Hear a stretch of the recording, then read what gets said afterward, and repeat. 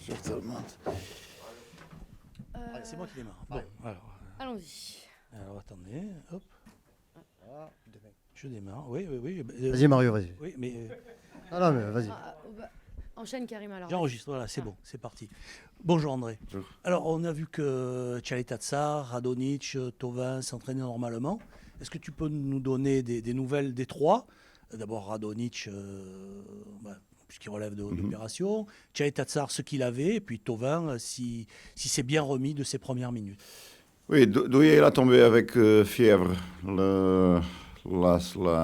l'après-midi de samedi, de vendredi, oui, l'après-midi de vendredi.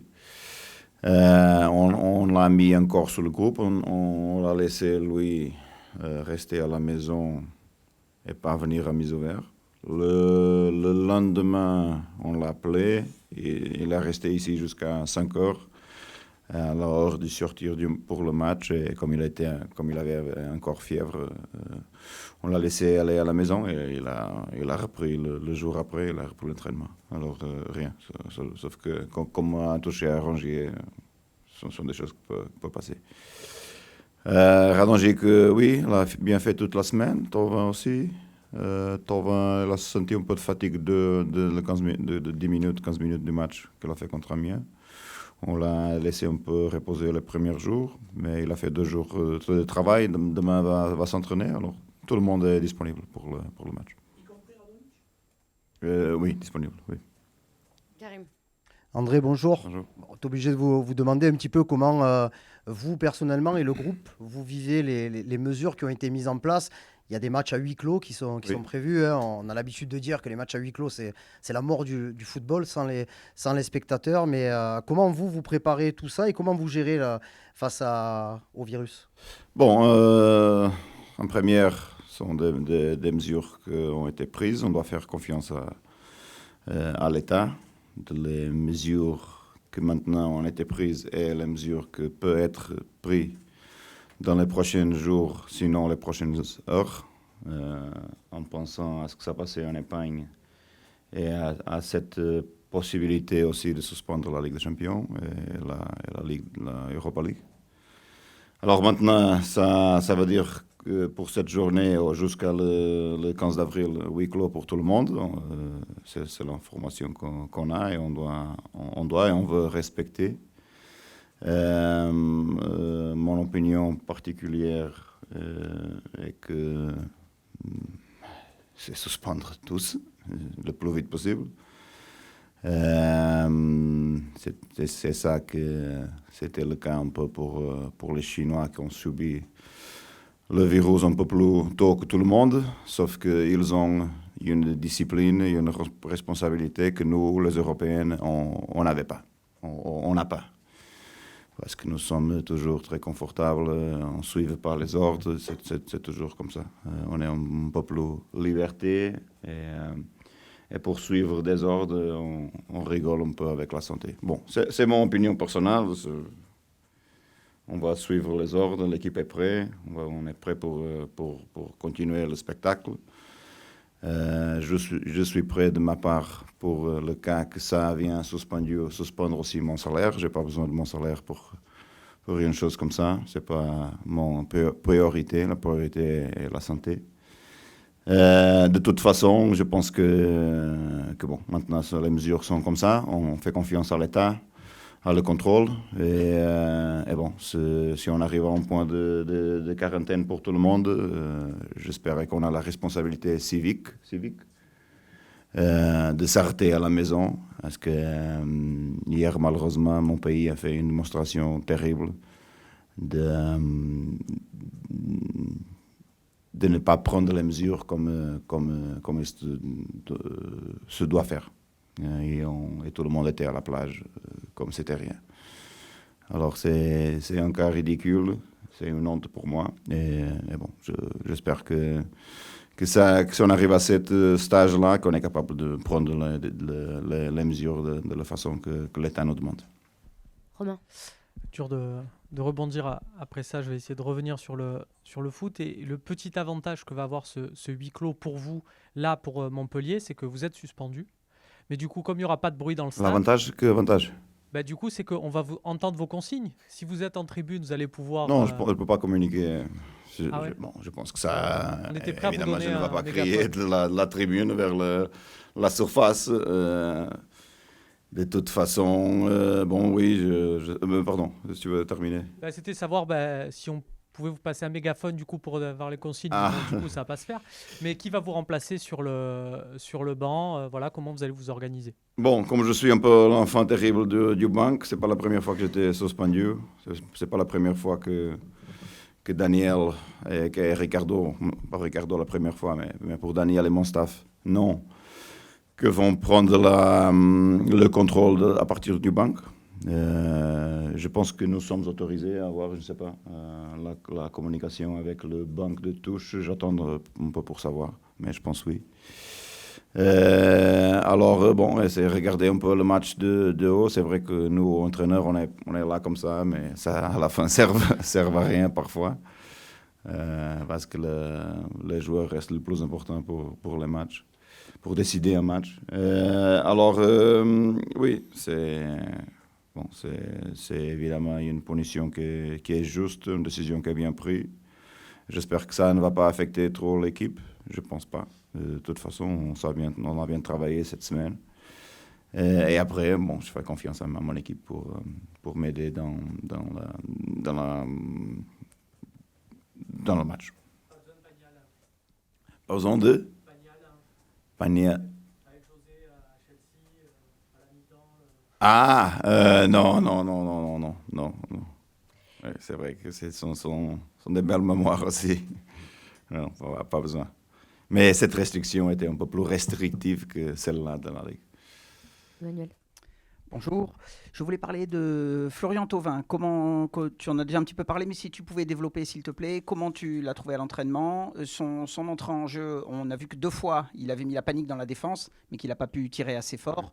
Est-ce qu'on peut s'attendre à ce qu'il joue une petite demi-heure cette fois? Est-ce qu'il monte en puissance? Est-ce que tu as eu le temps de travailler des choses tactiques avec lui? Un petit peu tout ça. Pas trop de temps. Oui, on a travaillé tactique aussi. On préparait pour le match de Montpellier. Physiquement, c'est pas physiquement seulement, c'est un peu, tu sais, son dernier match complet, je pense que c'était pour la France. Ça fait beaucoup de temps qu'il ne joue pas dans la compétition. Et maintenant, quand tu trouves la compétition, à ce moment-là, à Mar, les équipes sont bien physiquement, les mécanismes sont en place. Alors ça va prendre du temps, je pense. Montpellier va être encore sur le banc, je pense Paris Saint-Germain aussi. Après la trêve, on va voir, ça dépendre de ce qu'on va faire avec lui, son travail, comment est-ce qu'il va. Mais c'est vrai que maintenant, à chaque séance d'entraînement, il est encore, il se sent fatigué encore. Ça va reprendre petit à petit. Normalement, si on pense qu'une pré-saison sont 6 semaines de foot, d'exercice de foot, plus la physique. La physique, il a plus ou moins maintenu avec Pedro, mais évidemment, les exercices, les demandes des exercices, l'attention, la concentration, la décision, tout ça va prendre un peu de temps. Nico. Les derniers résultats ont fait que les écarts se sont considérablement réduits. Oui. Qu'est-ce que du coup ça change dans la façon que vous avez de vivre ça, à la fois le staff et l'équipe? Oui, évidemment, un peu plus de pression. On a que nous pour culpabiliser. Parce qu'on a raté deux grandes chances. C'est vrai, on a construit une carte qui était incroyable et on a tous raté. En 3 matchs, on a tous raté. Notre faute, ma responsabilité à la fin. Parce qu'on a la possibilité, 8, 9 est encore bien, 6, 7 est encore bien, mais toujours un peu plus proche. Les autres ont été mieux que nous. Si on pense à le global, c'est vrai qu'on a seulement une défaite, qui est la défaite de Nantes dans une quantité énorme de matchs. Je pense que ça monte déjà à 19, je ne me rate pas, pour la Ligue. Et c'est évidemment pas normal. Je vous dis sincèrement que normalement, à 11, 12, on était bien. Mais on a subi ce décalage de résultats, de performance, que maintenant, on se trouve à 6 et 7. Une autre question, si vous voulez bien, qui nous éloigne un peu du terrain, mais le rapport annuel de la DNCG a officialisé hier le déficit de l'OM de votre club, donc à une hauteur plus ou moins de 90 millions. Qu'est-ce que ça vous inspire et est-ce que ça peut impacter votre avenir olympien? Bon, je pense que c'est la même question. La semaine dernière, on attendait une réunion avec Jacques-Henri, je pense que c'est 18 mars. Je ne m'arrête pas pour savoir, plus ou moins, qu'est-ce qui se va passer. Mais alors, on reste comme ça. Flo. Oui, coach, j'ai deux questions liées à cette crise sanitaire là, du coronavirus. Est-ce que du coup vous en appelez aux supporters marseillais de ne pas se réunir en masse près du Vélodrome si le match a lieu à huis clos au MPSG, parce que ça pourrait être naturel chez les supporters de se dire on se réunit quand même. Est-ce que vous avez un message de dire ne le faites pas parce que ce serait aller à l'encontre des consignes sanitaires? Oui, mais qu'est-ce que je peux faire? Bon, c'est la préfecture de Paris qui a autorisé cette chose à se passer. C'est ridicule. Mon opinion, c'est que c'est ridicule. Et que tu fais une page d'un journal avec une chose, c'est vrai qu'il y a un vrai spectacle. La chose plus importante après notre famille, normalement, est ton club de cœur. Mais ta famille reste plus importante. Alors, évidemment, sont les jeunes, mais ça, c'est, je pense, 2000, 3000 personnes qui sont là. Et nous sommes, nous, les Marseillais, nous sommes mieux, nous sommes plusieurs. C'est un classico. Il a été une chose qui est autorisée à Paris. Tu t'imagines combien de personnes vont, si on a un OM Paris Saint-Germain à huis clos, combien de Marseillais ont la volonté et la fièvre pour venir? C'est incroyable qu'une chose comme ça est autorisée. Tu ne peux pas fermer les musées, les écoles pour après avoir laissé un match à huis clos avec 3000 personnes qui sont dehors. Pour moi, c'est un scandale. Mais qu'est-ce que je te peux dire? Je suis rien. Pour eux, c'était fantastique, une belle fête, tout le monde. Une va devant les supporters. Qu'est-ce que je peux dire?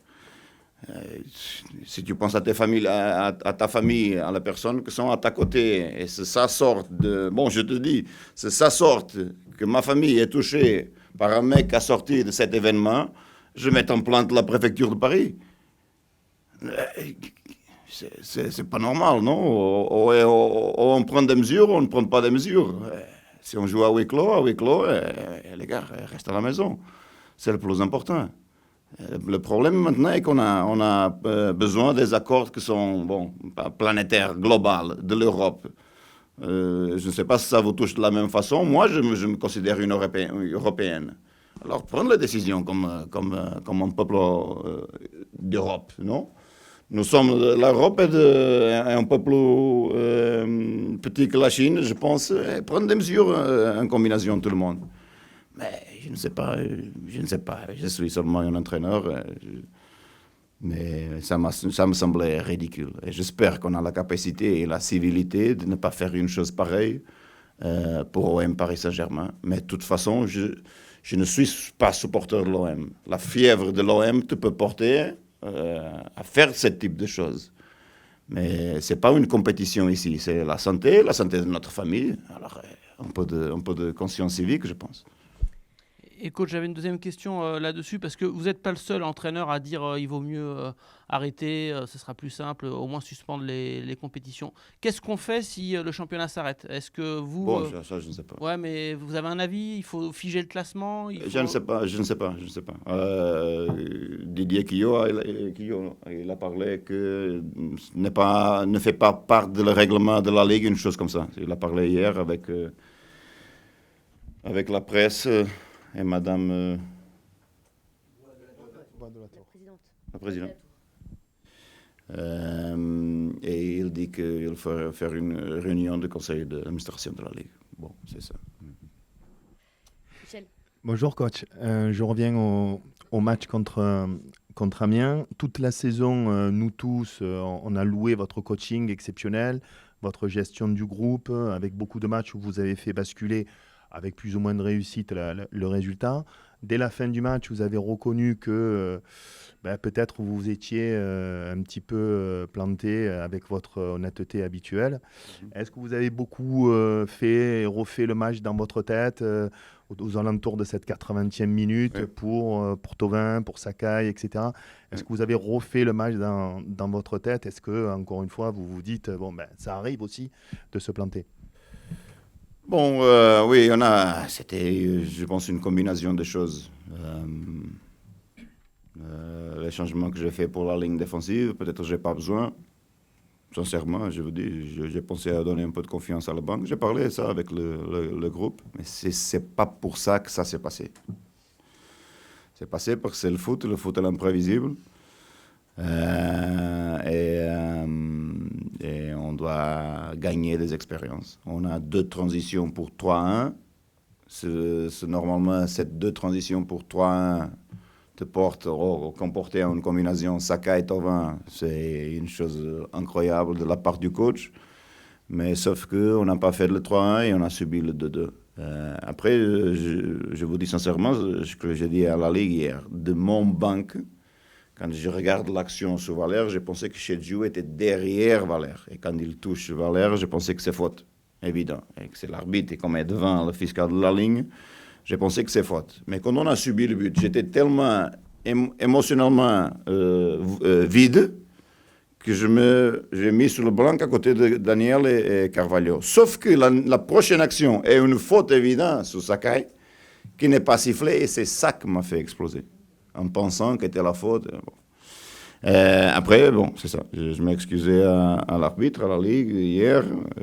Je me suis trompé totalement sur la faute de Valère. Le penalty reste toujours pas un doute. C'est une décision que l'arbitre a prise. Tout le monde me dit que c'est penalty. Pour moi, ça reste encore une doute, mais seulement à moi, je suis le 1%.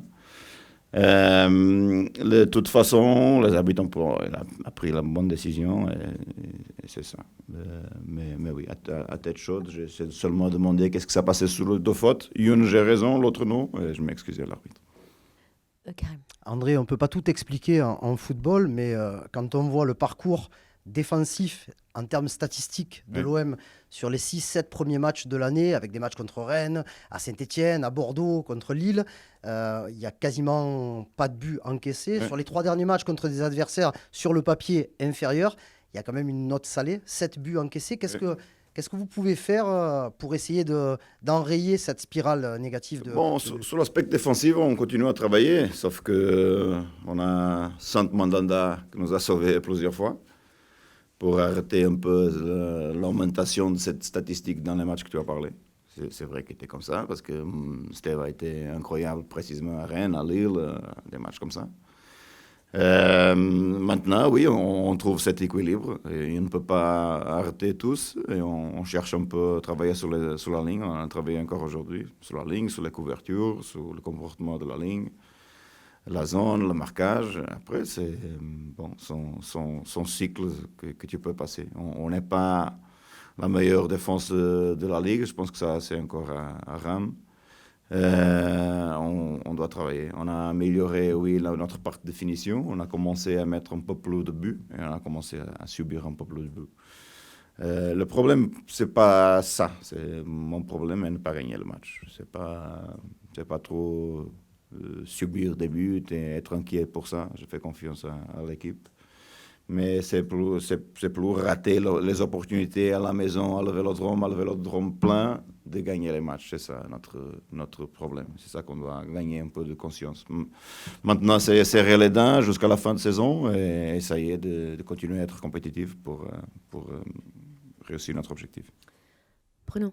Bonjour coach. 2 petites questions. Déjà, le match à Montpellier, au-delà du huis clos, c'est souvent un match compliqué à Montpellier. Voilà, c'est une équipe à domicile qui est performante. Oui, très performant. Oui, c'est ça. Ouais. Très performant. C'est une équipe compétitive qui se trouve bien, sauf évidemment le résultat contre Rennes, qui était un mauvais résultat pour eux.